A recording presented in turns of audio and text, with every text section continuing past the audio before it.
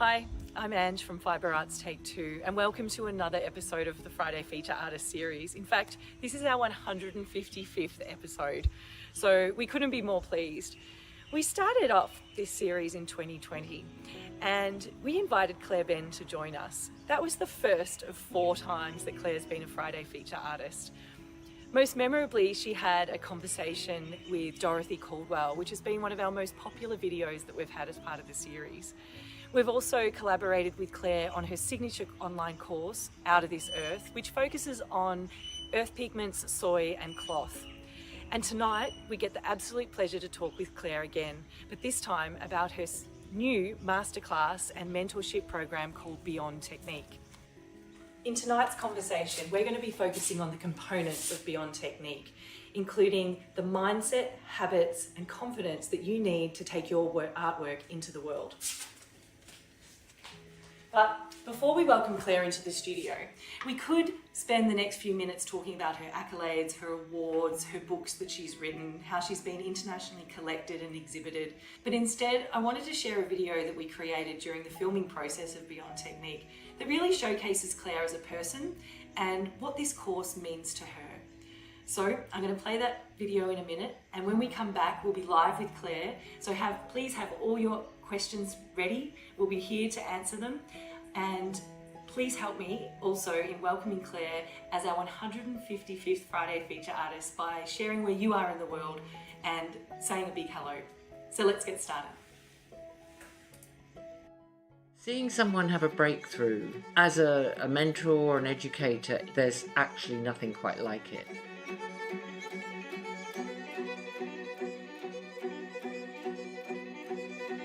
I wasn't always an artist. My first proper job was a library assistant, and then I consider myself lucky enough to have gone into a sales environment, to work for a company that really invested in their people. So I received a lot of training myself, and as I developed, I quickly realized I knew the value of self-development, of being developed as a human being, as a person. When the time came to say, actually I'm going to leave that world and turn my attention to the art world, I have learned so much about my own art, my own practice, techniques and processes as a result of teaching that it's incalculably valuable. I wanted to put this program together because what I love the most is seeing people grow and develop. To see they're developing confidence in their ability to make the art they want to make. To go beyond technique means to literally start seeking the kind of art you want to make and to make it intentionally, to deliberately release our creative power. I think it's in that zone that you discover who you are.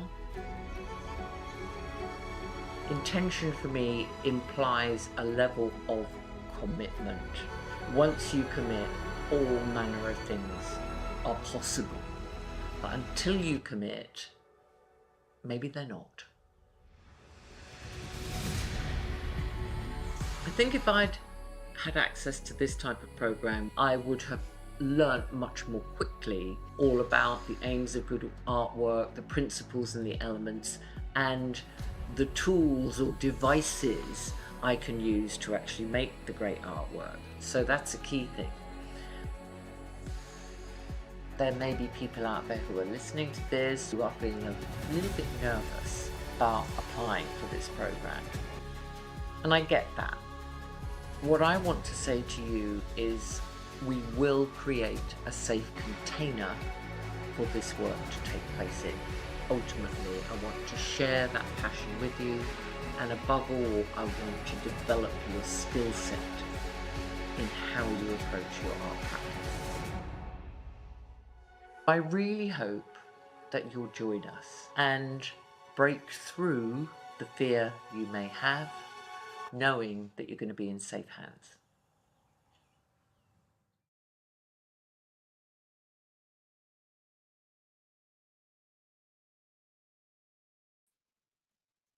Welcome, Claire. Hello, Ange, and hello, everybody. We have got so many people joining us live tonight. I'm very excited to be here with you. And I just want to shout out to a few people. Eva, lovely to see you. You're one of our regulars, and it's just so beautiful to see your name again. Diana, hello from Ireland. Gunhild, hello. Patricia, hello. Lovely to see you. Vivian, Debs White, the amazing Debs White's here. Fiona, hello. Noni's here. Heaps of the Fibre Arts Take Two crew are here. And I know they're all wanting to do your course, Claire. They have been asking behind the scenes, is it okay if we do it? And we're like, yes, absolutely. How are you? I'm going to keep flicking through names and you can tell us, how are you? How's things in the UK? Things in the UK are delightfully grey and dreary, as usual for winter, but the sun is rising and I think today's going to be a good day. Because Absolutely. here we are. Yeah, here we are.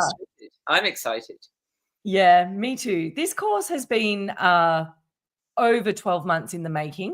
Yep. I know it was sparked by a little conversation that we had one day and we thought, what if? What was it? Well, let's start by talking about that. What inspired you to create Beyond Technique and why did you feel that there was a need for this program? Okay, so I got to a stage with teaching technique, so whether that was soy milk or in the earlier days, dyes, acrylics, so on and so forth, where, I'd repeat the program and repeat the workshop. And to be quite frank, I got a little bored with that. And I would also see people taking more and more technique-based workshops. And so it made me ask the question, okay, at what point have you got enough techniques under your belt? And at what point do you actually start to focus on making the art you want to make? And I began to think about that. And a lot of that is embedded within ourselves. And what I really love to do now is to coach and mentor and really, really help people make the work they want to make. And that's kind of what I've been doing for about the last 10 years when I teach at Nancy's in the US. The workshop is called, Independent Study Working with Intention. So I've got 14 different people with 14 different intentions, and my job through dialogue, discussion, reviews, critiques, kicks up the arses, is to help them get there. And that is just so important to me because as people create the work they want to make, so their confidence builds, their belief in themselves build. And there's just nothing more powerful than that. And I know you and I, Ange, talked about that aspect of sort of feedback and coaching and the ability to give yourself a good old self-talking to. And I will admit I was a little bit nervous about transferring that from the live environment to an online environment because quite a lot of those conversations are quite intimate and they're often very direct because I'm a fairly direct person.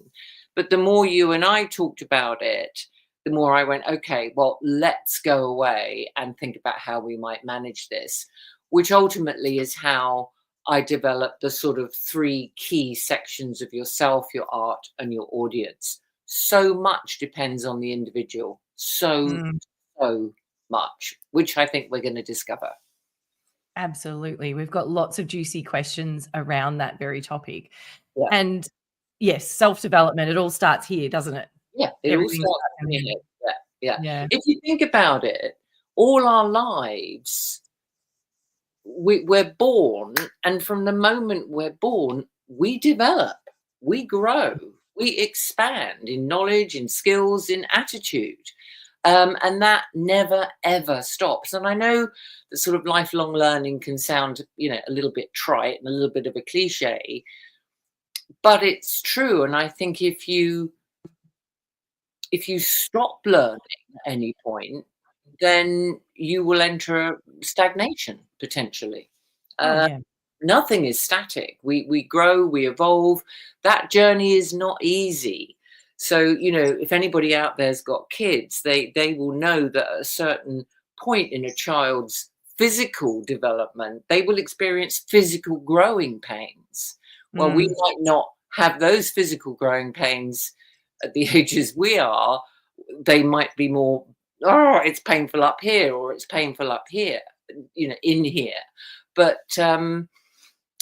without struggle, how much worth does anything have? Without the bad, how can the good be good? So it's about trying to balance those two things.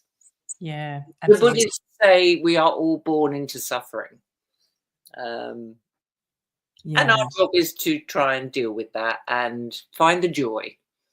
Yeah, absolutely. I'd like to touch, Claire, on who this course is for. Mhm. And I'd encourage people to add their questions as well, or concerns. And if you want Claire to answer them, and she'll be quite frank with you. So please, be brave, ask your questions. Whether this course is suitable for them in the chat. So Claire, in your words, who is this course for? Okay, I'm going to start by saying who it's not for. Okay. I'm going to start by saying that if you've never, sat down in front of a table and picked up, a brush or a needle or a silk screw, anything, and never engaged in art at all, then I don't think it is for you. And the reason I say that is until you've had exposure to some techniques and different mediums and different materials, it's kind of really hard to know what is possible out there. You don't know what you don't know. Once you've got some familiarity, and that is the word I would use, it is suitable for people who've got a reasonable level of familiarity with their materials and their media, and have been spending time, be that in a studio or in the kitchen, wanting to create art. And that they've now reached a stage of actually saying, actually, I'm pretty serious about this. I'm pretty committed about this. This is bringing something into my life that is feeding me in a positive way. And I'd like to develop my practice as an artist a lot more deeply. I really, really want to commit. So you don't have to be a master. You don't, have to have been practicing for years or years. You don't even necessarily have to have a studio.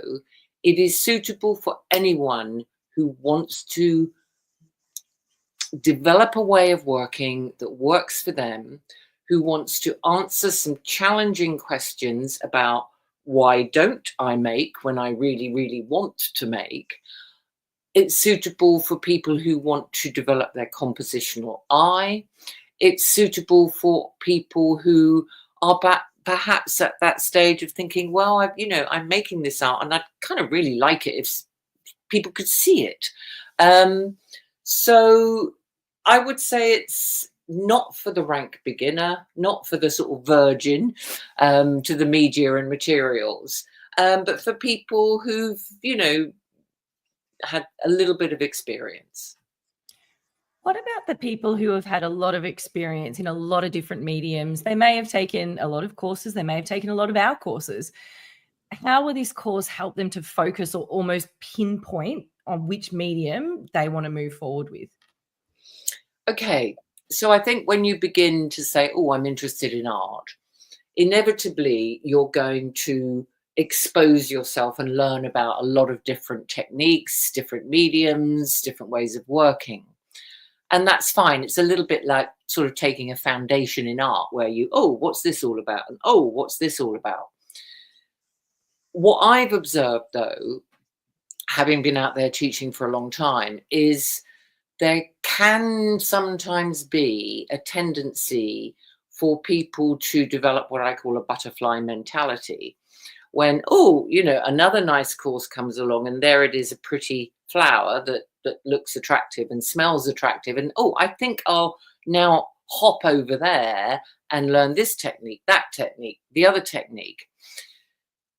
And sometimes what I observe is that people can have a lot of techniques under their belt. And funnily enough, I think Matthew touched on this in his interview with you, but they have no real idea what it is that they want to do with it.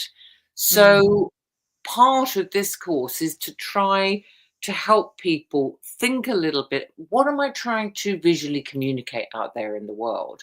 Be that through sculpture, be that through jewelry, be that through, I don't know, poetry, be that through the visual arts of some kind. There comes a time when I think most artists do focus on a specific process, a specific discipline, a specific bunch of materials, and go out there and make the bodies of work. That is not to say, if we take someone like Grayson Perry, you know, a potter, a ceramicist, but he's also had tapestries made. He's also had banners made. Look at Tracy Emin, you know, from the unmade bed to the quilts, now at a later stage in her life, focused very much back on her drawing. So I'm not saying that you can't change. I'm saying just be careful that you haven't got so many sweets in the sweet shop that you don't know which one to put in your mouth first. Yeah. Too much choice can be a bad thing. What I'd also say is,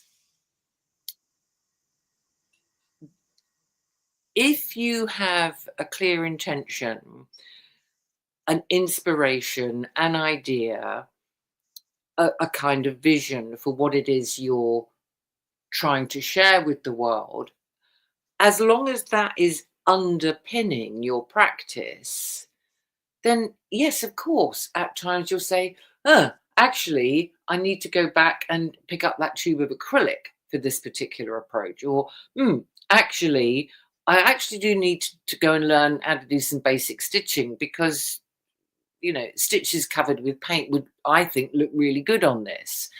But it's all about trying to say, well, which techniques in my toolbox, and it is a toolbox, are going to enable me to make the work I want to make.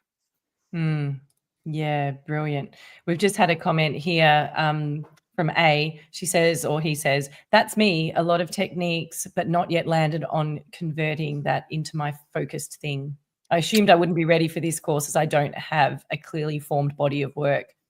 Well, I wouldn't actually agree with that, because I would imagine, sorry, and I didn't catch her name, that she would have a lot of ideas and perhaps little visions in her head, but has no real idea perhaps of how to realize those. And I think that's where the section on your art, part 1, could help, because it's very much focused on developing your own passage or cycle of making, and things like groundwork sit within that. Are you a sketcher and a drawer? Are you a writer? Are you a collector? Are you someone who uses photography?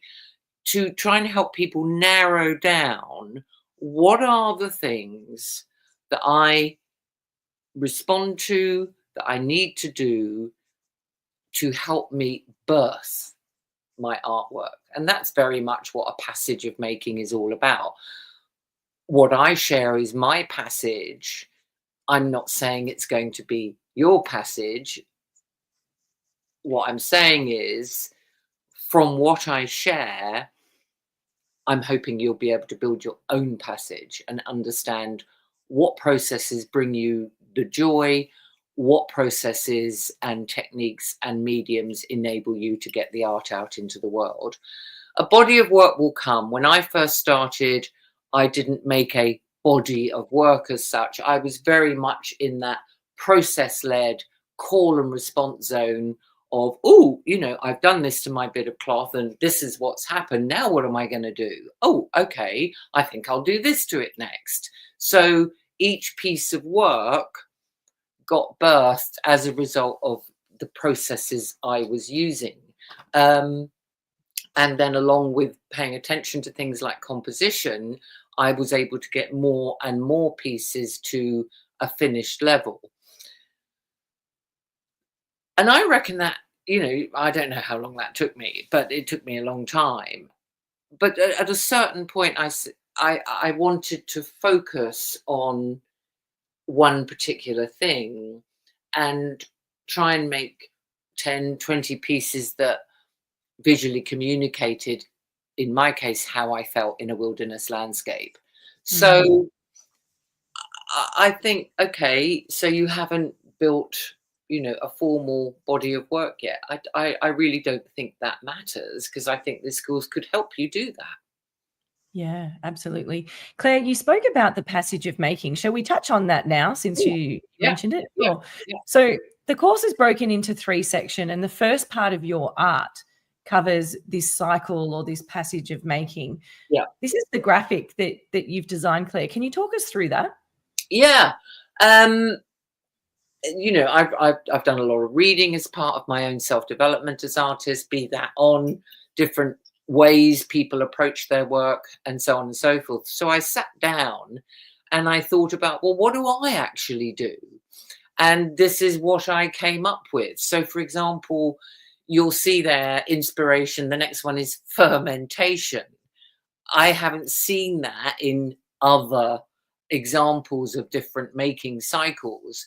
But for me, I get these ideas, and often I realize that they have to sort of sit there and ferment, like, I don't know, beer bubbling away, for that idea to truly take shape and to help me understand it. Groundwork can be, as I mentioned, anything from sketching and drawing to photography to collecting to writing to, who knows what else. I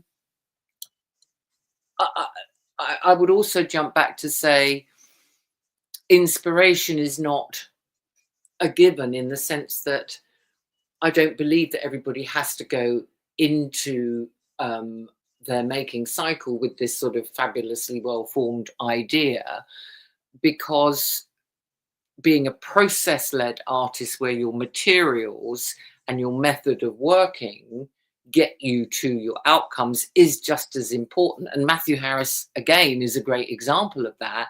His process and the restrictions that his process put on him are part of what he enjoys.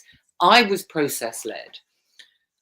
I'm not so process-led now. I have these visions, but when I enter my studio, that vision or idea sits there behind me, and then my process leads me. Right. Yep. Does that help?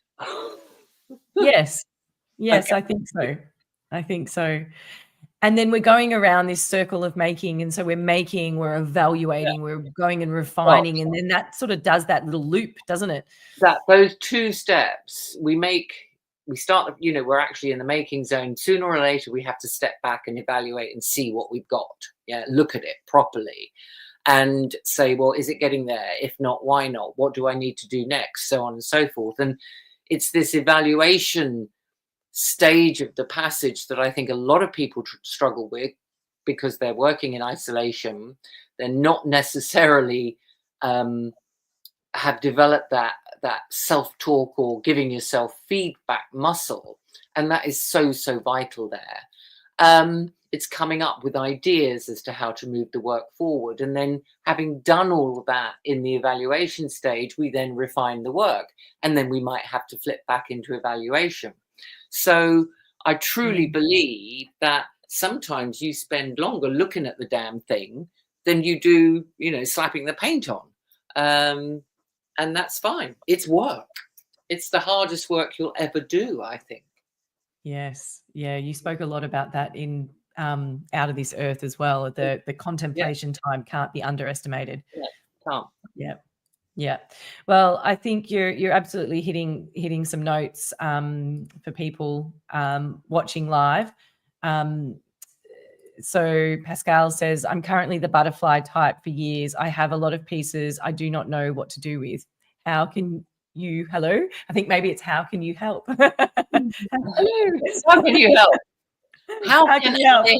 Here we are. What I would say to Pascal is, you have these pieces, you don't know what to do with them. So you've got a choice. They can either sit there festering, you know, on a shelf, in a cupboard, in the corner, in a pile on the corner of your studio, or you can say, I'm going to do something, anything, to move them on. Because not doing anything is not enabling learning. It's not enabling you, Pascal, to develop yourself. Now, some of these pieces, maybe, Pascal, you love them and you are shit scared about fucking them up. Join the club of millions. We're all shit scared of fucking them up.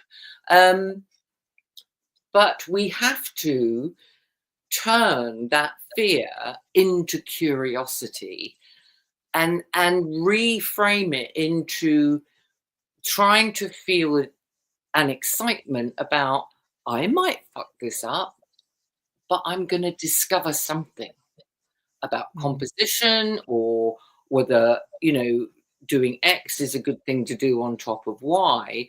It's all going to feed your learning. Yes. I think I can help with it, because when we get to that stage of the program, we are spending quite a lot of time looking at, well, how do you give yourself feedback? How do you engage in that self-talk? How do you ask yourselves the questions from which answers come, and from an answer comes another question, and from that answer comes another question. It's like peeling the skin of an onion until you get to the center. The other thing I would say to Pascal, and again, you know, Matthew Harris talks about occasionally rolling the dice and letting the dice make that decision. Come up with 6 ideas, label them with 1 to 6, roll the dice, do whatever number it lands on. Anything to get you out of stasis, to get you out of the mud. Yes. Nothing is a failure as long as you learn from it. I've always, and I always believe that. I tend not to get frightened by the sort of, okay, well, I've got this piece, what do I do with it next thing? Because I see it as a problem to be solved. I love the challenge of problem solving. And yeah, that doesn't mean to say that I get it right all the time. There are many fuckity moments where I don't, but then I go, okay, well, fine. I can always make another one. It won't be exactly the same, but now I've learned and I know what to do differently next time. And so I evolve and I grow and I move myself forward. Perfect. Perfect. We've got a few more comments here that are coming in, Claire. Nancy's recently moved from art quilts into fabric collage and embroidery. Right now, she's taking some fat courses. Thank you.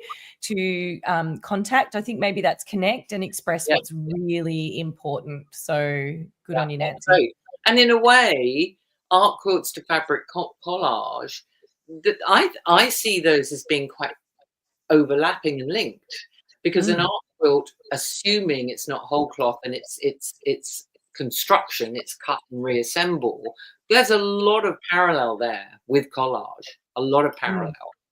What I would say about the stitch is that for me there are 2 types of stitch. If we look at the quilt, Nancy Crow would say, if your quilt doesn't have good composition, the quilting stitch is not going to dramatically improve that composition. The quilting should enhance it and add a kind of extra dimension to it. Stitch, particularly hand stitch, can be used in a different way to provide a little accent or draw attention. So great that you are taking these courses, but also recognize that with collage, don't forget all you've learned about quilt making, because that's relevant too. That's great. Good advice. Debs White says, Claire's teaching style has personally helped me transform scattered ideas into clear direction, guiding me to bridge creativity with purposeful action and to find meaning in my own path. I've witnessed that transformation and it's pretty profound. So good on you, Debs, for doing the work. Yeah. You are one committed woman. Miriam has said, I am a master and a half. Oh, I am a master in half finishing pieces. Oh, this is a good one. Procrastination galore. So is this course, or can this course give me a way forward? Or if it can, that's fabulous. Yeah. And I think we've got a couple of questions around this as well, Claire. Talk to us about procrastination. And then we might. Yeah, I can talk about procrastination. So procrastination, I believe, is normally underpinned somewhere deep down in your psyche by fear of fucking up. That you are going to ruin something that you've got in progress. And so rather than taking the plunge and moving it forward, you will go and look at your Instagram account, or you will go and play with the cat, or go for a walk, or whatever. You will do almost anything to avoid being confronted by the challenging and difficult task of thinking about the work, spending time with the work, engaging in self-talk and feedback, coming up with ideas, and then ultimately picking something and saying, I am going to do it. So procrastination, yes, I think there's a lot of fear feeding procrastination, fear of fucking up. I also think it's a choice. If you recognize you're procrastinating, then it's time to give yourself a big kick up the arse and say, get in my studio and get on with it. Otherwise, it's back to, you've got all these pieces festering in the corner. They feel completely unloved. They're not going to get anywhere if you don't take action. You can acquire as much knowledge, you can develop as much skill as you like in this life. But until you use it, until you put it into practice, it has no value. Yeah. And often the finishing is the hardest part, Miriam. So I can understand why you might get to that point, and then you've got to sort of dig a little bit deeper and go, okay, what's stopping me from actually finishing this? Yeah. And, if we're talking about finishing in the sense of it, being made ready to hang on the wall or whatever, there's a lot about finishing that, to be frank, is boring. In my case, sewing on the hanging devices, or, binding a quilt properly, or measuring and trimming things up. They're not the most exciting things to engage with. I'll admit to that. And sometimes I know I procrastinate around that kind of finishing. But then I say to myself, look, just tell yourself that with every stitch you take, sewing on this bloody hanging device, it moves it closer to getting on the wall. Yeah, good advice. Not going to happen without it. True. Not unless you've got some marvelous little personal slave who'll do it for you, which most of Yeah, true. Claire, I know you've had a profound sort of insight and transformation in your work, and that was really about reductiveness when you discovered Agnes Martin and her writings, and that sort of really brought a tear to your eye many times, I think, when you were making this very highly complex work. And then you just went, no, I just want to make beautiful, reductive work. And it became more meaningful to you, and I think the world in that way. Nancy's asked the question, can this course help me figure out how to make more meaningful art? I think the answer to that is yes and no. I think to make meaningful art, you have to know what meaning means to you. I switched from highly layered and complex to spare and reductive and quiet, because I ultimately was able to identify, when I'm in my remote wilderness landscapes, they themselves are quite spare and reductive and sort of quietening of my spirit and my soul. So they're a meditative space for me. And that led me to thinking about, I want to look at less rather than more. I want the artwork to have a more meditative quality than a sort of ooh type quality.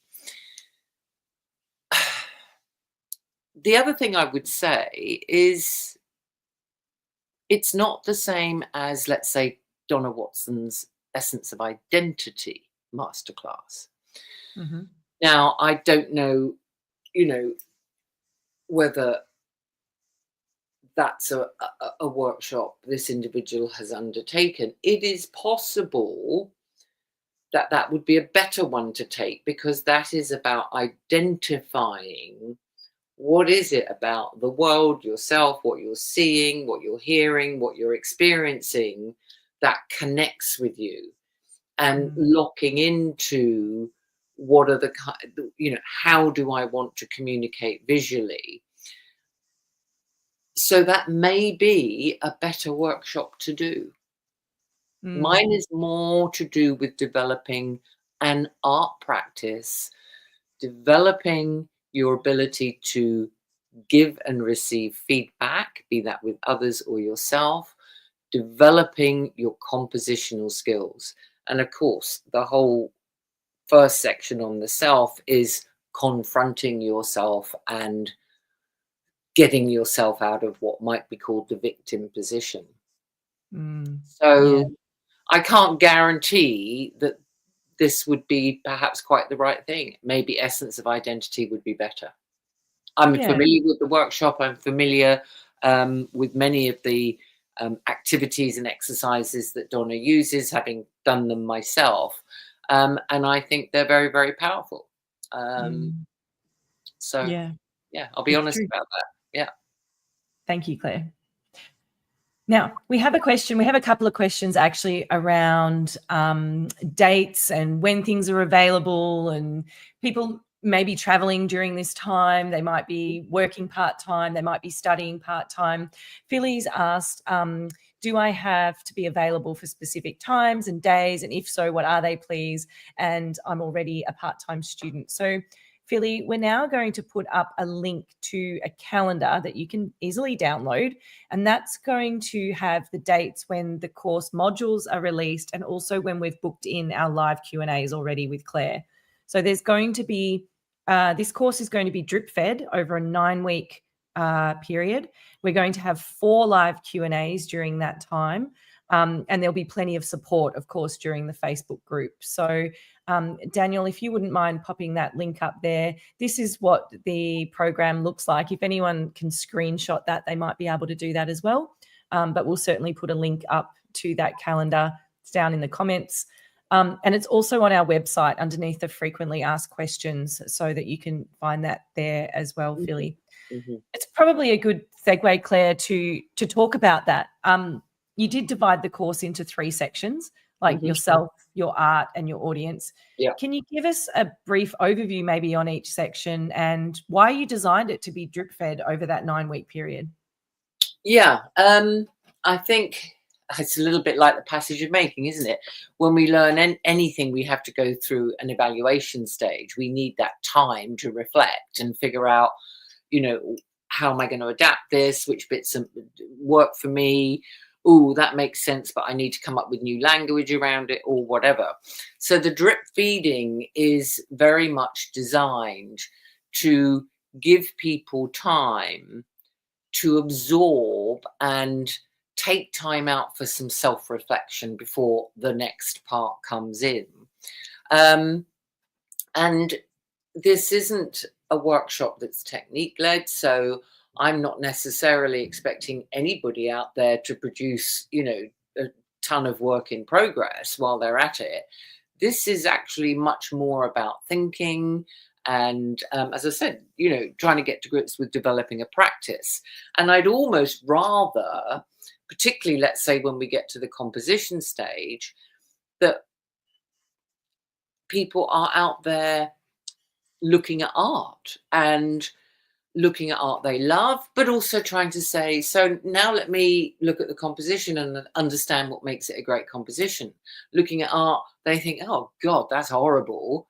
Doesn't mean to say it's bad art, because we can't respond to anything. It will have positive compositional elements to it. So I'd rather people almost spent that time developing the muscles of the eye, the muscles of the brain, than frantically throwing paint at stuff. So the live Q&As are great because, of course, they're live. And if a question comes into your head, you can throw it out there and hopefully we'll have the time to answer it. But all of these things are recorded. I will be on Facebook engaging every single day. I normally go on in the morning to catch this kind of UK people, and then quickly at lunchtime for the people in the States, and then again in the evening, because that's, you know, the Australians are coming online. So there's lots of opportunity to engage, as much or as little as you want to. But the fact that everything is recorded and put into a portal does mean that you can work at your own pace. And you know, Ange, I commit to the 9 weeks, but quite often it's longer than that because I enjoy it. Yeah, absolutely. I'm going to do a couple of rapid fire questions. Yes. A's asked, will this course be viable if any participants aren't on Facebook? Sounds like that's where most of the important part of the mentoring, most of the learning would take place. Claire, I'd say that, well, just so you know, there's over 11 hours of content pre-recorded, and then they've got the 4 live Q&As, which are not on Facebook. They're through YouTube, so everybody can access that. Yes, there will be a lot of interaction from the Facebook group, but it's not essential. It just depends. If you're not a fan of Facebook, you can always, go underneath someone else's account and we can work. A lot of people use other people's accounts to do it if they don't want to put their own stuff on it. Yeah. Go for it. I mean, before I, engaged with you guys at Fiber Arts, Ange, I wasn't on Facebook. I can't stand it. Because I thought, oh, God, I can't think of anything more frustrating. And the screen drove me mad. But you kindly set me up under your own account, and there I am. And I have been surprised and delighted about what a difference Facebook can make. So I'd actually say, get on Facebook. You don't have to make your account public to the entire planet. You can just go onto the private Facebook account for this particular workshop. The other reason I think it's important is I will be encouraging people within, all of you who sign up. If you start dialogues with each other on Facebook, at a certain point, I'll be saying, okay, so now think about forming a group of 3, organizing a Zoom call where you can share your artwork and run little self-critique and self-coaching sessions with each other so that you're not in isolation anymore. You can have those proper dialogues. So Yes. I think they do it. Yeah, absolutely. The only time I ever go on Facebook is when I'm engaging with Fiber Arts Take 2. Yeah. Same. Yeah. Yeah. Absolutely. Yeah. It's very rich and rewarding. And you touched on it in your original video there. You very much create a safe place for learning. Yeah. So fantastic. Enough said about that. There's a few questions here about traveling. So Evelyn, you've got that calendar now. If you're off grid from mid-February, you will have access to 3/4 of the course, and you can catch up on it when you get back on the grid. But you will need some form of Wi-Fi to be able to access the course videos. Pascal's also asked time managing. It's so hard to change the brain from daily life to studio life. Claire, this is a bigger question than Pascal probably realizes. Talk to us about. It's a huge question, Yeah. but the answer is predominantly based in discipline. Yes. So if I use my diary, I block it out and write studio, whatever.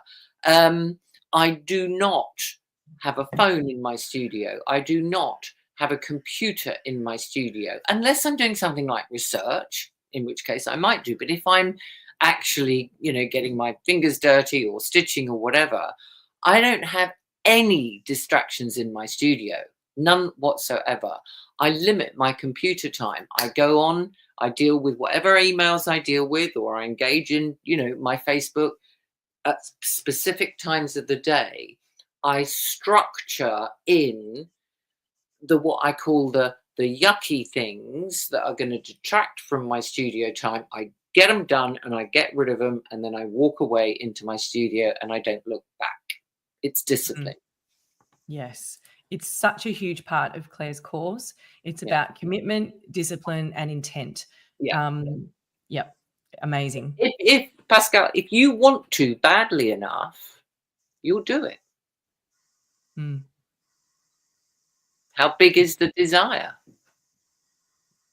Exactly. And you say it, one of your most famous lines, until you commit, nothing's possible. But when you do commit, all manner of things are possible. Yeah. Absolutely. Yeah. That's yeah. This is a great question, Hilary. Hilary is a jewelry artist working in silver and resin. Would this masterclass be relevant to her? I think so. Yeah. We're just looking at a different art form. We're just looking at a different process of making. But the principles of getting to grips with yourself, to get yourself into your jewelry studio stand, the principle of developing your own passage of making stand, because a jeweler gets their inspiration from somewhere, whether that's the natural world or the urban world or graffiti, or for the shapes and the lines that they want their jewelry to have. Is a jewelry a composition in the same way that a piece of visual art or a sculpture would be? I would say yes, it is. It's just a very small composition, but it's still got to have balance. It's still got to have contrast. We might have to think about other things, about the practicalities of, let's say, if it's a brooch, it's not so heavy that, it ends up dragging your clothes off. Yes, I would say it's relevant. Absolutely.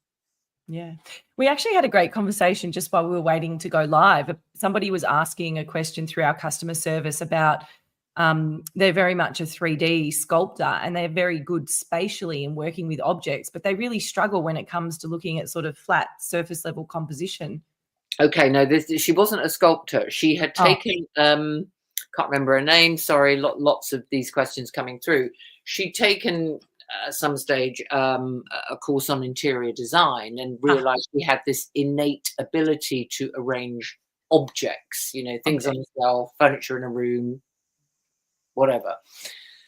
When she then moved to art, that compositional ability, she said, didn't seem to be happening anymore, and she had expected that skill to be transferable.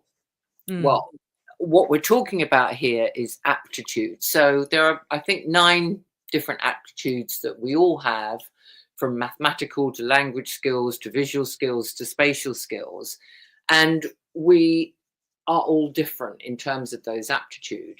So the ability to arrange objects in space, is a spatial ability. It is not the same as the ability to build a good artwork in terms of composition, which is much more directly linked to the visual ability in the brain. So arranging objects in space is spatial. It's a 3D world, Whereas I think this individual went to collage. You're now in a 2D world, and that is a very, very different thing. And some of the principles of design or composition will still stand, and a big thrust of this course is looking at what they are and what tools or devices you can use to manipulate them. What I wonder is, if you're used to this 3D world, whether when you look at your artwork in 2D now, you are missing that sense of 3D, of depth and perspective. And maybe you need to think about how to layer your processes, your marks, your imageries, your colors, your values, whatever, that give you the illusion of depth without it obviously actually being real. So that is something I would think about. Layering to give the illusion of depth. Yep. Thank you, Claire. Going to keep going with the rapid fire questions. My impression is that there will be more people interested in the course than there are places available. Please say something about the criteria will play in the role of your selection of participation. So Suzanne, for round one, which is this course or tier one, there is no selection criteria. It's a first served, first come basis. So enrollment's open today, and yes, it has been very popular, which is very exciting. We anticipate that enrollments will stay open and hopefully until the 31st of December, but they might close. If you're on the waiting list, we will email you and let you know. We'll give you 48 hours notice to when they're going to be closing so you can make that decision. But Claire, for those people that enroll in this course and that want to take it further to more of a mentorship with a very, very intimate group of 36 students, what does that look like? Tier 2 is restricted to 36 people only, and there will be an application process for that because it will require a little more financial investment. So I want people to think about it. Commitment is vital. Having the time to make is vital. Those 36 people are going to be divided into groups of 3. And across a 6-month period, I will meet with each group of 3 times. And that will be very much focused as a Zoom call to enable people to put up work in progress or finish work and participate in a feedback, critique, coaching session. Why 3 people? It's because I want everybody, this is an opportunity to really, really start developing that muscle of giving and receiving feedback and coaching. So person number 1 will start as the receiver of the feedback. They'll do, person number 2 will be a provider of feedback, as will person number 3 and myself. We then rotate. Person number 2 now becomes the receiver, and so on and so forth. So by the end of that session, everybody will have had a chance to receive once, give twice. I will summarize. I will be asking people to write up the feedback they've had, what ideas they've had, what action are they going to take as a result of that session. And we repeat that 3 times per group throughout 6 months. Every single one of those sessions is going to be recorded. So that's what 100 and something sessions. So to be able to watch a coaching session is actually just as powerful as being on the receiving end of it. So although each group of 3 will only have 3 live sessions of their own, there are going to be 100 sessions available to educate yourself with. Yeah. So tier 2, you need to commit. You need to have time to make. You'll need to be able to have time to engage in 3 live Zoom calls across a period of 6 months. Each Zoom call will be approximately, I don't know, somewhere between 2 and 3 hours. Yeah. It's going to be big.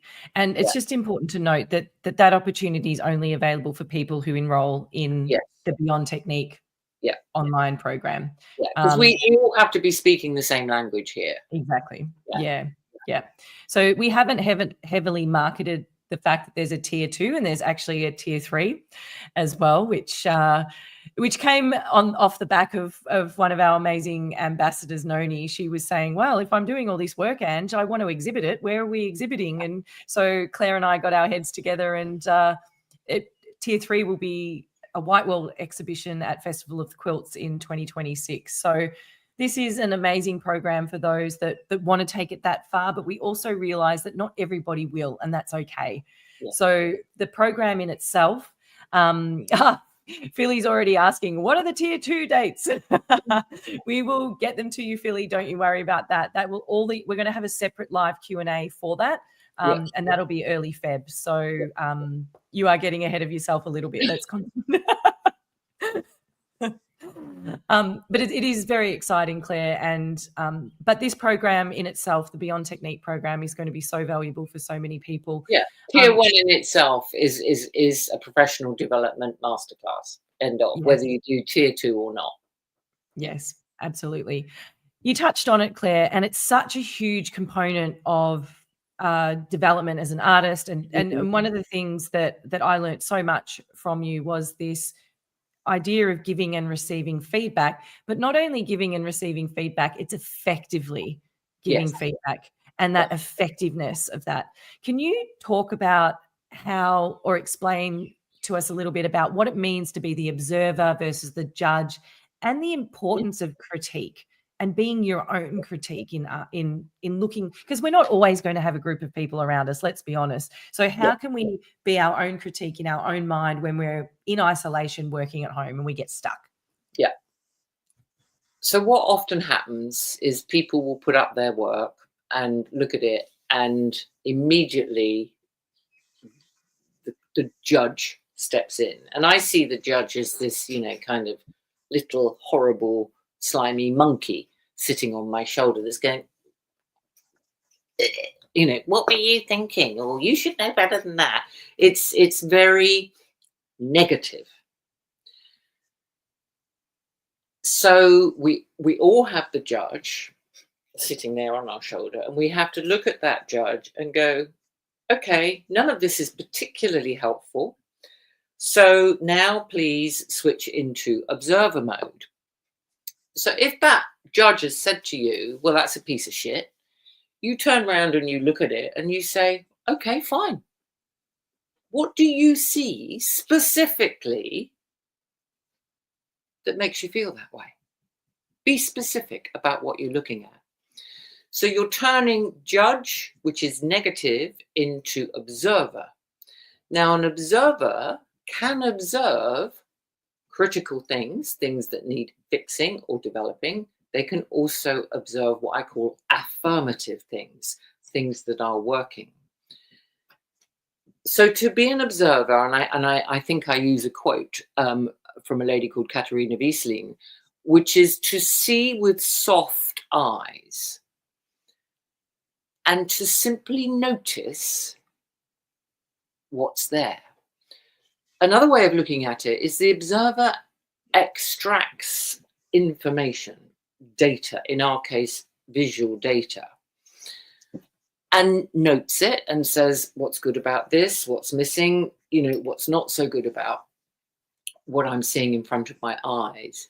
The critical thing is then to move in away from that observational position into the coaching position. And the linchpin, sorry, that doesn't look very good on screen, does it? The linchpin of coaching is the ability to ask open questions. So I've already given one example, that's a piece of shit. Okay, tell me specifically what it is about this piece of work that makes you feel like that.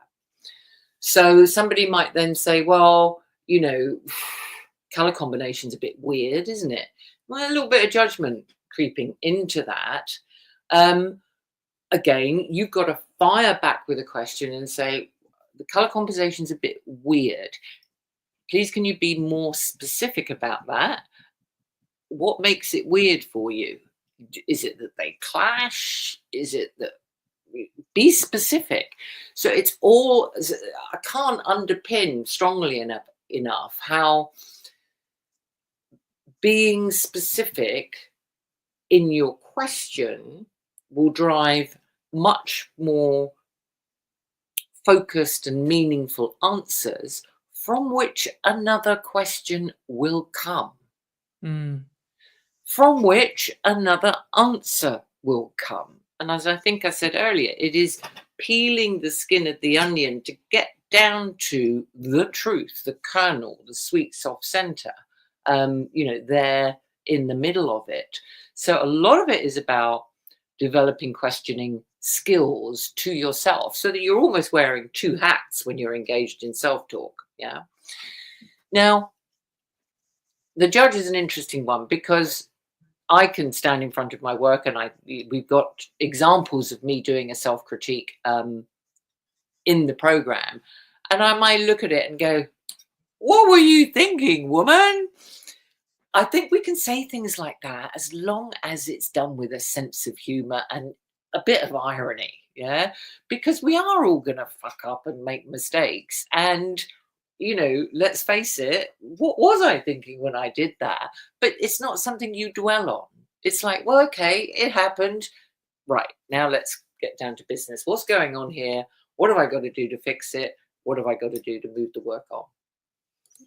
Perfect. Yeah. And we had such great fun. I actually even got in front of the camera with Claire and practiced some critiquing and giving and receiving feedback. And we also had some beautiful students of yours who you've known for a little while come into the studio, and we've filmed a live giving and receiving feedback session. It's like a mini workshop in itself. And we've also included on location video at a beautiful gallery called Gallery 57, where we brought another two artists, and they came and we really observed them about what they felt and what they responded to with artwork, which was such a great experience and another valuable piece of content within the course. It's a feedback or coaching session or a critique session. It's not a tick box exercise. It's a fluid conversation. And also it's important, one of the things we'll be covering, if you are in a position of receiving feedback, the first thing I'm going to be asking you to do is say, well, what do I want from this session? Because some people simply want to experience seeing the work through the eyes of others. They don't necessarily want suggestions as to what to do with it next. Others, on the other hand, yes, they want to see through the eyes of others, but you know what? They're a bit bloody stuck. And I don't know what to do next, guys. Please give me some suggestions. What I will say is, when I teach live on this, particularly with students who've been with me for a while, when they start coming up and saying, what shall I do next? I'll say, come back to me with 3 ideas and then we'll talk about it. It's a muscle, just like anything else. You've got to, pump the iron and develop the muscle. Use it or lose it. And that was one thing I really noticed too about rewatching my session with you, was that I was kicking myself afterwards going, I didn't ask enough qualifying questions to really understand what you needed from it. But, that's all learning, isn't it? And that's the beauty of repetition. And having this program online, like if I was doing that live with you, that moment had gone. I couldn't go back, rewatch it, reflect on it, and then go, what am I going to do differently? And I think that's what this course is going to enable people to do, is actually have that opportunity to watch, to learn, to listen, to practice, and then do it better next time. You're not going to get it right the first time. And it's interesting because I think even with the sessions with Joe and Susan, I'm not sure I delved into that in a particularly obvious or deep way, because I've got back history with them and I kind of already know what it is that they want. I knew what they were going to be putting up, and I kind of know, they'd sent me messages saying I want to talk about this, that and the other. So it's possible that even in the recorded sessions, the business of establishing what the receiver is looking for we could probably have done that better, Ange, if we're giving ourselves feedback. We're going to have practice. That's right. Hindsight is a wonderful thing, and we get the chance to do it again. Yeah, absolutely. Maybe we could go back and do a bit of a voiceover over the top of that, actually. I'll come back to you on that, because you could probably narrate it differently now watching it. So we could edit it. Okay, stand by. There's another little can I in the background there. Another guest person that we had as part of the course, and it would be remiss of us not to talk about Elka Edwards. She's one of your closest friends and was a colleague of yours for many, many years when you were doing professional development and training the trainer work. Why was it important? And I'll pop a link up here to Elka's website. It's Ivy House. Elka is on a mission to train the world's leaders and to coach them in a way that's to make them remarkable. Why was it important to bring essentially a life coach or a leadership coach into an art program? Because the skills of coaching apply to anything, whether you're a tennis player, a golfer, an artist, a writer, a chef, or whatever. And the life and leadership aspect of what Elka does, it is all about the self. It all begins with us. And Elka has taken all the learning she's had and very much applied it to herself. She has transferred it to her children and her stepchildren. So I'll give you an example. Elka, even when her kids and her stepchildren were sort of relatively young, anything from, 10 to 17, they'd be getting together around the supper table, and after supper, Elka would say, okay, we're going to practice some feedback skills now. Let's go around the table and give each person here one piece of affirmative feedback. Something I love about you or respect about you is. So they'd do that. And then, of course, they'd go around the table and say, now it's time to give someone a little bit of critical feedback. So then each person would have to go around the table and say, one of the things that I struggle with is when you... And of course, that's harder to deal with. But her kids are extraordinary in terms of their emotional intelligence and maturity. And emotional intelligence, the ability to look at yourself in the mirror and confront sometimes some unpleasant truths, not be dragged down by them, but actually say, well, the only person who can own this is me. The only person who can do something about it is me. That's seriously important. And that Elka has a lot of good stuff to say on that front. Not comfortable listening sometimes, but valuable listening. So I just thought, well, it's important that, that it's not just me blathering on about that the whole time. Here's somebody else working in a different arena, but essentially underpinning a lot of what the Yourself program is about. Yeah. It was brilliant to be a fly on the wall and actually in the room when you guys were talking. That's just a little still from behind the scene. When we were filming. And Elka's also got an amazing book, How to Lead a Bigger, Braver, More Meaningful Life. So anyone can pick that up. It's on Amazon, and we've put a link up there as well. So we encourage people to have a read of that. And although it says how to lead, a lot of what she's covering, it's about people skills. It's about how we interact in the world. A lot of it is about, it starts with us. Leadership. The first person you need to lead is yourself. Absolutely. Absolutely. Fantastic. Couple of quick questions. Actually, I think they're more roadblocks, but let's see how we go with this. Regine's asked, if you have no possibility of having a studio, must one be wealthy to be an artist? No. When I started, I worked up in the attic of my London home, which was accessed through a very rickety drop-down aluminium ladder. I managed to get a kind of table up there, an extra lamp. It had power. At that time, it was quilt making. Absolutely, you do not need a studio.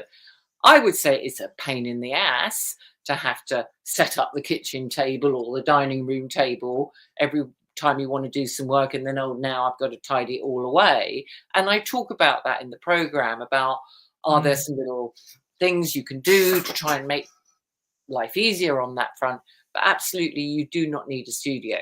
I didn't start with the studio. I'm comfortably off now, but I'm not what I would call wealthy.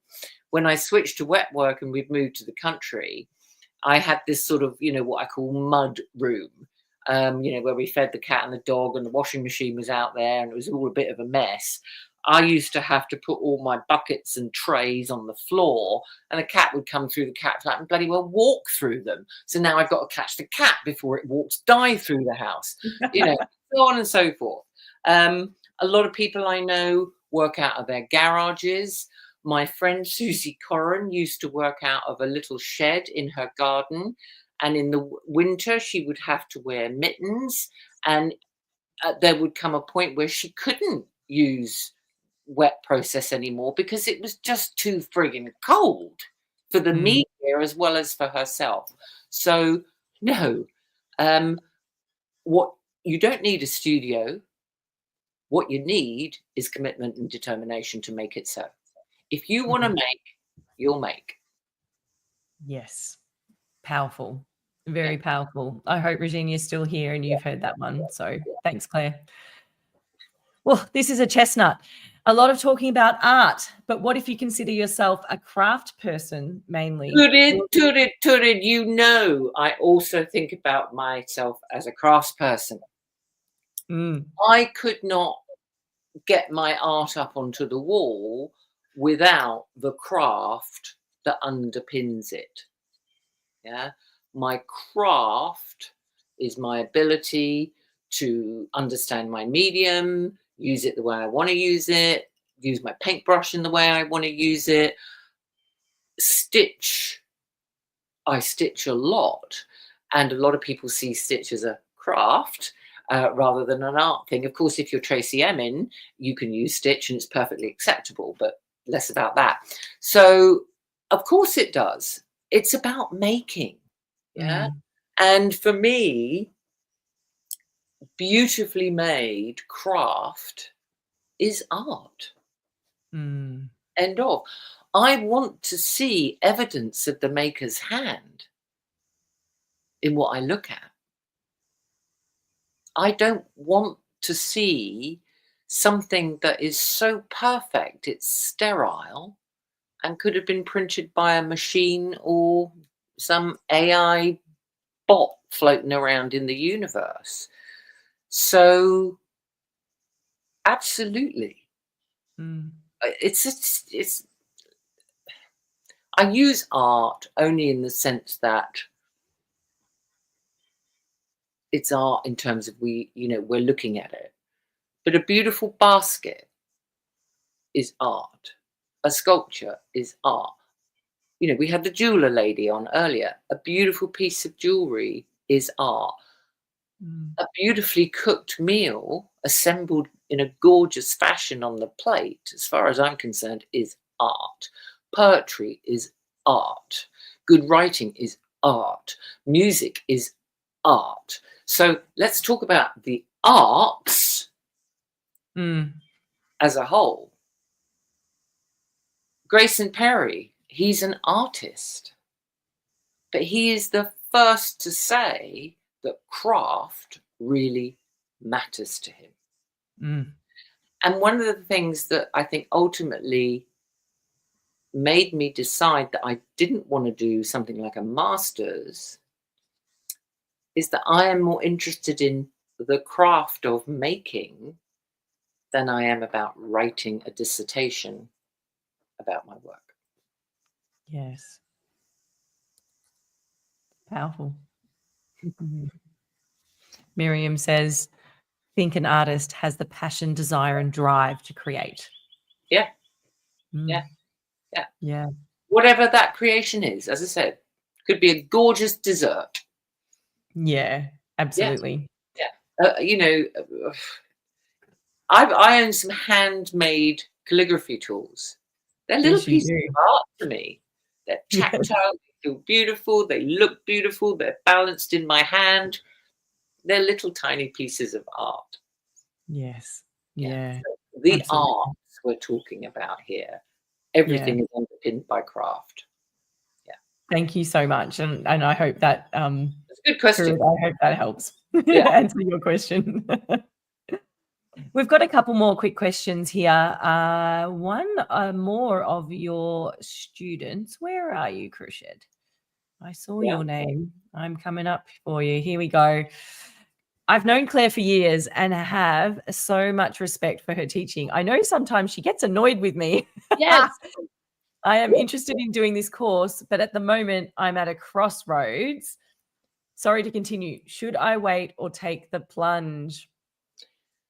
I don't know what that crossroads is. And maybe it's a crossroads which has aspects elsewhere in your life. I don't know. It could be grandchildren, it could be illness, could be whatever, could be moving house. Yes, Krushid, I do get annoyed with you. And I think you probably know why. We've often had the dialogue of, do you actually really need to take another technique class here? Why not focus and use what you already have in your toolkit to make the art you want to make? I get cross when I observe that an individual, and crucially, you're not alone in this, they're not exercising the muscle of their brain to come up with solutions. So you have been one of the people who come to me and said, well, what should I do next? And I've turned around and said, Krushid, every time we go through this dialogue, you need to start coming up with ideas of your own. And the hardest thing, I think, for me to try and encourage people to do is let go of outcome. I get cross when, and sometimes it's crossness with myself, because I think, well, how else can I say it? What else can I do to encourage this person to come up with ideas of their own, let go of outcome, and bloody well do something to move this piece of work forward. And if it is a dead horse, get off the damn thing and burn it and move on. Perfect. Because she says, I don't want to do any more techniques-based classes, Claire. I am about to resign from my group after 31 years. Great. Time to focus then and develop a practice, but it's going to take a lot of commitment. It's going to involve a lot of thought, a lot of self-examination, a lot of looking, as much as it is ultimately going to involve you being committed to going into your studio and just making and going through that, making, evaluation, refining stage, letting go of outcome, being willing to take risks in order to move work forward, than it is dabbling about with paints. And I think it's great that you don't want to do any more technique-based work, but you might also want to do a kind of self-audit of all the techniques of all the mediums you use and materials you use. What are the ones that actually bring you the most joy? What are the ones that you really are wanting to engage with? Narrow it down a little bit. Yeah. It's perfect that you said that, because a question that was asked a little bit earlier was exactly that, around, somebody jumping around thinking that they love this. This is the technique for me after they've done an amazing course, but she hasn't been able to stick to any of them. Could this course help? I think, Danielle, what Claire's just said could help. And everything that we covered also from the beginning of this conversation as well. So go back, rewatch it, and really think about that. I'd just like to add, I think sometimes you can take a technique course and you're all excited when you're there because perhaps the tutor is there, be that online or live, and helping you, guiding you, and then suddenly you're back at home, you've got the distractions going on, and you get stuck and you think, oh shit, I don't know what to do next, and that didn't work, and do I really understand why? That's where the commitment comes in, and that's where the discipline comes in, and that's where that ability to self-talk yourself comes in. The question I'd be asking myself, Danielle, is why haven't I stuck with any of them? What is stopping me? What is this technique not quite giving me in terms of what I'm looking for in my artwork? Or what am I looking for in my artwork? What am I trying to visually communicate? Mm. Perfect. And I think you've just answered A's question as well, who said, so will this course help people define where they are stuck in their Yeah. creative cycle? Yeah. Yeah. I think that's fantastic. That we'll put that on the landing page. Yeah, I think so. You know, another good friend of mine who's a ceramicist, her father was an Oscar-winning screenwriter. And he would say, there is no such thing as writer's block. The only way out of a block is do the work. And he said, so, you know, I will sit down at my writing desk and have absolutely nothing to say, no idea how to move this screenway forward. I just write. And yes, maybe for many pages, I write utter shit, but I'm writing. Yeah. So one way around block is go in your studio and throw paint at stuff, or, you know, melt bits of metal and beat the shit out of them, or make a basket, or, you know, cut bits of cloth up and stick them back together again. Just make. Do the work. A block is up here. Yeah. Absolutely. I'm going to share a few comments with you, Claire. It takes courage and commitment to move forward. Yeah, it does. Yes, it does. Absolutely. Selena says, thoroughly enjoying this. Thank you. I think Claire's advice is good for life as well as for our making. Yeah. It is. Yeah, absolutely. I think you say that in one of your videos. To be quite frank, it's a skill for life. Yeah. And again, I think one of the Buddhist tenets is, I'm not a Buddhist, but you know, some of what they say is quite interesting, is, you know, life is about choice. Life is about decision making. And what we're trying to do all of the time is make the most skillful decision. Choose, you know, make the right choice as best as we can with the knowledge and skills that we have. And, you know, when you look at, you know, I was taught how to train, I was taught how to coach. There are three key things that happen. One is you need knowledge, you know, in order to do whatever. You may need to develop a skill set, whether that's with a paintbrush or a jewelry hammer or a pair of pliers, you know, hammer, whatever. And you need attitude.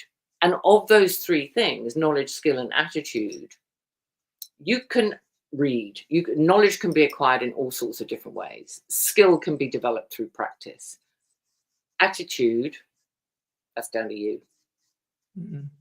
And if we look at them as pillars, these two can be a bit wobbly. And actually, we can still go forward if the attitude is right. If we don't have the attitude, the whole house falls down. It's one of the biggest things that we do all of our recruitment on is attitude and that culture fit, because we can teach people pretty much anything, but if they don't have the will and the desire and the attitude to want to learn it and that, you know, to fit in, they don't have a place at the table.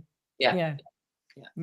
I know I can come across as a bit fierce sometimes, but it's a passion for me. It's this, come on, you know, we only get, as far as we know, we only get to go round once. Let's grow and evolve into the best thing we can possibly be. Let's find joy. And I don't think anyone's going to sign up for this program for lip service. That's not what we're here for. No. And I think, Claire, and if I get a sniff of that, I'll be calling it. Yeah, that's right. Yeah. And that's the one thing that I think I can testify for anybody that knows you knows that you're going to say it how you see it, but you're going to do it in a caring, loving way. And it comes from this place of passion and care. And you truly do care, Claire, about many things in life, not just art, but you're an amazing philanthropist. You're an amazing advocate for the environment. You know, you love your animals, you love to cook, you're a beautiful human being. And we are just so grateful to be collaborating with you on a number of projects, but this one at the forefront at this point in time, it's amazing.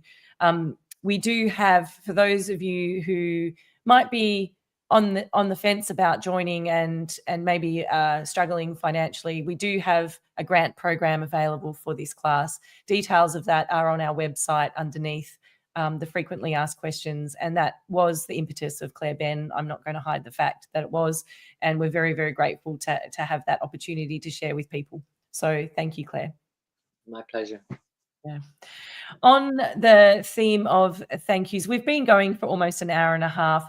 I'm sure there's more questions to come. We have a great support line. It is support@fiberartstake2.com. Please email us, and Katie and the team will get back to people. We've got a great website up and running. There's heaps of information on there. Go and check out the frequently asked questions as well. Claire, we're going to end by sharing a video which is about this course. It has you talking about the different pillars of the course. And I thought that would be a lovely way to end, and then we'll go into our show reel as well. Once we go into the show reel, I will pop up everybody's thank you, like notes of gratitude.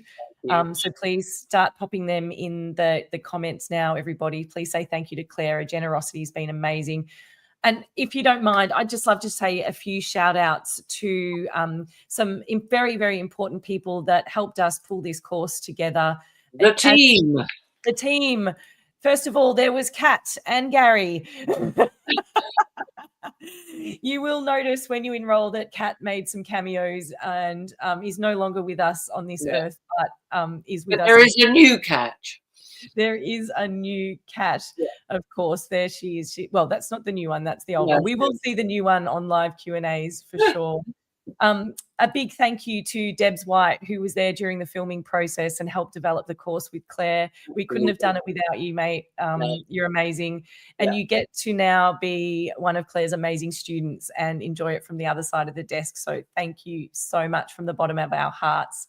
You saw there Gary Weston. He is our wonderful videographer based in the UK, and sometimes we drag him across to the US.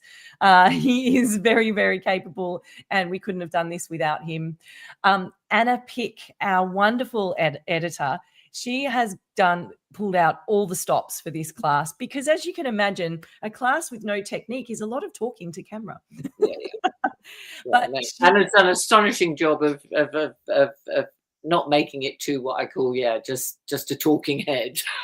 You really, really have. And and just please enjoy the videos that we've created on our website. She's done an amazing job. That is all Anna pulling all this wonderful footage together. So thank you, Anna. We've got Daniel Truscott behind the scenes with Earth. They keep us all on schedule and on budget. We've got Joe White, our creative director, Tara Axford, Nicola, Naomi, Cass, Arnold, and Siska. All your amazing images, words, and websites put this all together. Katie, who many of you who speak to during customer service, she is amazing. She gets back to you. We've got Zell and Sophie for all your administration and account management skills. There's a whole team behind. There is. There's a whole team. Grown. It has grown. It's expanded. And of course, our wonderful ambassadors, Nikki and Noni. Noni's going to be participating in this course as a student, and Nikki will be our wonderful ambassador, helping everybody with their questions in the Facebook group. So, I don't think I've forgotten anyone. Yay! Yay! Claire, it's been an amazing hour and a half of power, passion, and inspiration. I hope that anybody watching this I'm sure everybody watching this would have got a lot out of it. And those that choose to enroll, good on you. We won't let you down. It's an amazing program, and I can't wait to get cracking. It does open on the 1st of January, so everybody can enroll now, enjoy their Christmas and New Year, and we get to work on January 1st. It's going to be great. Yeah. The Facebook page is open before that, isn't it? Correct. Yeah, so everyone can jump in. Specific input from me on content until January the 1st, because you won't get any content until January the 1st. But you can get to know each other. Absolutely. Yeah, we can't wait. It's going to be great, Claire. I'm going to play about this course, and then I'll jump into our business show reel and put everybody's comments up. So enjoy this about this course. And if you've got any questions further, just reach out. We're only an email away. Thanks, Claire. Thank you. If you want to elevate your game, you have to play with people who are better than you. It's about developing the mindset and determination and the discipline of what it means to be an artist, taking yourself as seriously as you take your art.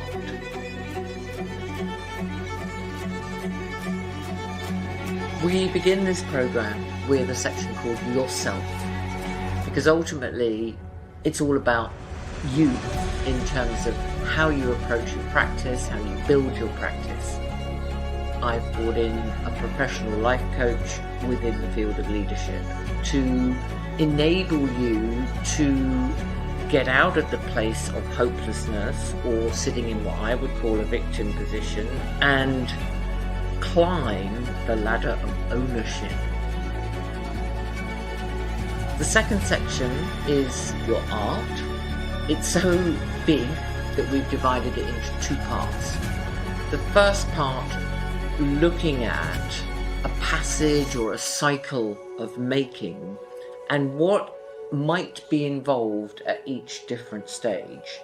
Within that section, we also start to look at the importance of giving and receiving feedback, with the ultimate aim of enabling you to stand in your studio by yourself and give yourself a good self-talk when it comes to looking at work in progress or finished work. The next part of your art section is all about composition, because it's such an important topic. What you're doing when you're learning it is developing your eye until it becomes almost second nature to you. The third element of the program is very much about your audience. It's about that moment in time when you decide to release your art into the world. And I think until your art is out in the world, it doesn't really live. We'll give you lifetime access to all of the video content of yourself, your art, which includes composition, and your audience. You will get access to all of the written support material and a dedicated Facebook group where you will be supported by me, you will be able to engage with me, but also with that wider community who are also seeking to develop themselves and their art practice. We will see some of that artwork in a real live white wall exhibition, well lit, well hung, curated by me, and that'll be held at the Festival of Quilts in 2026. There's always going to be one constant theme running through this, and that will be me driving you to do the work. You may be at the stage of saying, what I've produced, I'm pretty pleased with, I want more. I want to find out what it is I have to do to elevate my game and realise the artwork that I actually want to make. I think this program will help you discover what that message is, refine what that message is, and create what that message is.